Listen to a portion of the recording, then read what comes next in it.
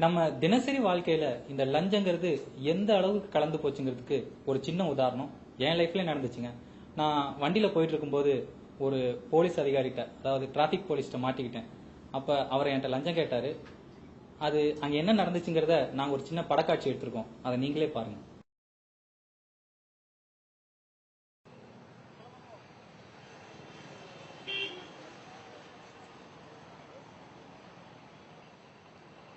ஒரு நாள் அசோக் பில்லர்ல இருந்து பக்கமா வந்துட்டு இருந்தேன். வந்துட்டு இருக்கும்போது டிராபிக் கான்ஸ்டபிள் ஒருத்தர் என்ன மடக்கிட்டாரு. மடக்கி நான் வண்டியை நிப்பாட்டின உடனே வண்டியில இருந்து சாவி அவர் எடுத்துட்டாரு. வழக்கமா அவங்க கான்ஸ்டபிள் செய்யற வேலையை தான் அவர் என்கிட்ட செய்தாரு.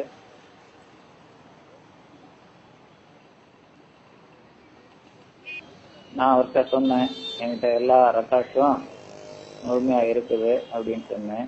அந்த நேரத்துல இன்னொரு வண்டி வந்தது. அந்த வண்டியை மடக்கி நிப்பாட்டி அவர்கிட்ட எந்த லைசன்ஸ் வாங்கினாரு.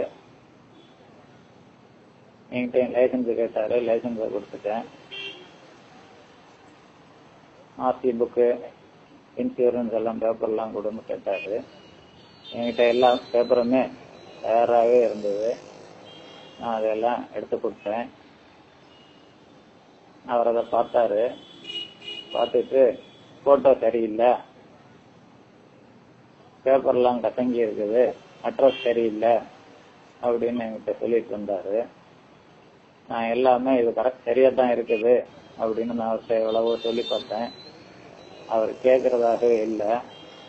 திருப்பி அந்த பேப்பர்லாம் புரட்டி பார்த்து அவர் செய்துட்டு இருந்த வேலையை பார்த்தா என்கிட்ட ஏதோ அதுக்கு மேல எதிர்பார்க்கிற மாதிரி தெரிஞ்சது. மறுபடியும் அந்த பேப்பரை வாங்கி பார்த்துட்டு மடிக்கி அவரே வச்சுக்கிட்டாரு. நான் எல்லா பேப்பரும் சரியா இருக்கும்போது என்ன எதுக்கு சார் நிப்பாட்டுறீங்க, நான் என்ன விட்டுருங்க அப்படின்னு சொன்னேன். அது எப்படி விட முடியும், ஏதாவது கொடு அப்படின்னாரு. எனக்கு என்ன செய்யறதுன்னே தோணல. அப்பதான் திடீர்னு எனக்கு பேக்ட் இந்தியாவில இருந்து ₹0 நோட்டு கொடுத்திருந்தது ஞாபகத்துக்கு வந்தது. அது பைக்குள்ள இருந்து அப்படியே அதை வெளியே எடுத்தேன். வெளியே எடுத்து அவரை போலீஸ்காரரை கூப்பிட்டு கொடுத்தேன். அவர் ரொம்ப சந்தோஷமா வாங்கினாரு. ஆனா 0 பிரிண்டா இருந்ததை பார்த்தோன்னா அவருக்கு ரொம்ப அதிர்ச்சியா இருந்தது. என்னப்பா இந்த நோட்டை கொடுக்குற, நீ எங்க இருந்து வர்ற அப்படின்னாரு.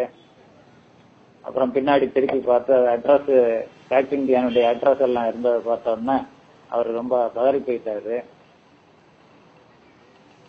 ஏதோ ஊழல் ஒழிப்பு இயக்கத்துல இருந்து வந்திருக்கிற மாதிரி தெரியுது, என்ன மாட்டி விட்டுறாத, தயவுசெய்து நீ போயிரு என்ன விரட்டிட்டாரு. நான் அப்படியே வண்டி எடுத்துட்டு கிளம்பிட்டேன்.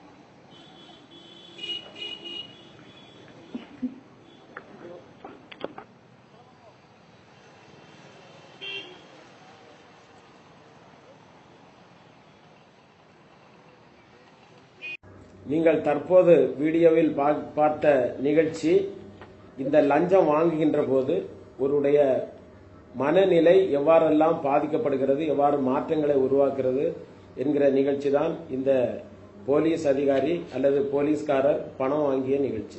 எந்த அலுவலகத்துக்கு சென்றாலும் லஞ்சம் லஞ்சம் லஞ்சம் லஞ்சம் என்று எதுவுமே இல்லை என்கிற ஒரு நிலை இருந்து கொண்டிருக்கிறது. இந்த லஞ்சத்தை ஒழிப்பதற்கு பல்வேறு ஆயுதங்கள் நாங்கள் உங்களுக்கு தர இருக்கின்றோம். அவைகளில் ஒன்றுதான் இந்த ₹0 நோட். இந்த நோட்டில் ஒரு பெரிய ஒரு வெறும் பேப்பரோ இது இல்லை, இதில் ஒரு பெரிய ரகசியம் இருக்கு. இந்த பல துறைகளில் லஞ்சம் கேட்கின்ற போது நாம் என்ன சொல்வது, கொடுக்கலாமா வேண்டாமா, எவ்வளவு கொடுப்பது என்று பல பிரச்சனைகள் நம் மனதுக்குள் உள்ளாடி கொண்டிருக்கின்ற நேரத்தில் இந்த நோட்டை எடுத்து கொடுத்து விட்டீர்கள் என்றால் அனைத்து கேள்விகளுக்கும் ஒரே பதில், நான் லஞ்சம் வாங்கவோ கொடுக்கவோ மாட்டேன், நான் ஒரு துறையை சார்ந்தவன் என்பதற்கு அத்தனை விளக்கங்களும் இந்த நோட்டிலே தரப்பட்டிருக்கிறது. இந்த நோட்டை பார்த்த உடனே முதலில் ஒரு மகிழ்ச்சி லஞ்சம் வாங்குகின்றவர்களுக்கு. ஏதோ நமக்கு ஒரு பெரிய தொகையை லஞ்சமாக கொடுக்கிறார், ஒரு ₹500 என்று சந்தோஷப்படுகின்றார்கள். அதை கூர்ந்து கவனிக்கின்ற போது ₹0 என்று எழுதியிருப்பதை படித்தவுடன் ஒரு கோபம் வருகிறது. பின் அதை பின்பக்கத்திலே பார்க்கின்றார்கள். அப்போது அங்கு ஒரு அமைப்பினுடைய பெயர், டெலிபோன் நம்பர், செல் நம்பர், முகவரிகள் அனைத்தும் இருக்கின்றன. இதை பார்த்தவுடன் அவர்களுக்கு ஒரு பயம், ஏதோ ஒரு நிறுவனத்தில் இருந்து நம்மை ஏதோ செய்வதற்காக வந்திருக்கிறார்கள், நாம் தொடர்ந்து லஞ்சம் வாங்குவதை அவர்கள் அறிந்துதான் இந்த நடவடிக்கையில் வந்திருக்கிறார்கள் என்று பயந்து ஒரு குழப்பம். சார் நீங்கள் போய்விடுங்கள், நான் உங்களுக்கு உங்களுடைய வேலையை முடித்து விடுகிறேன் என்று சொல்லுகிறார்கள்.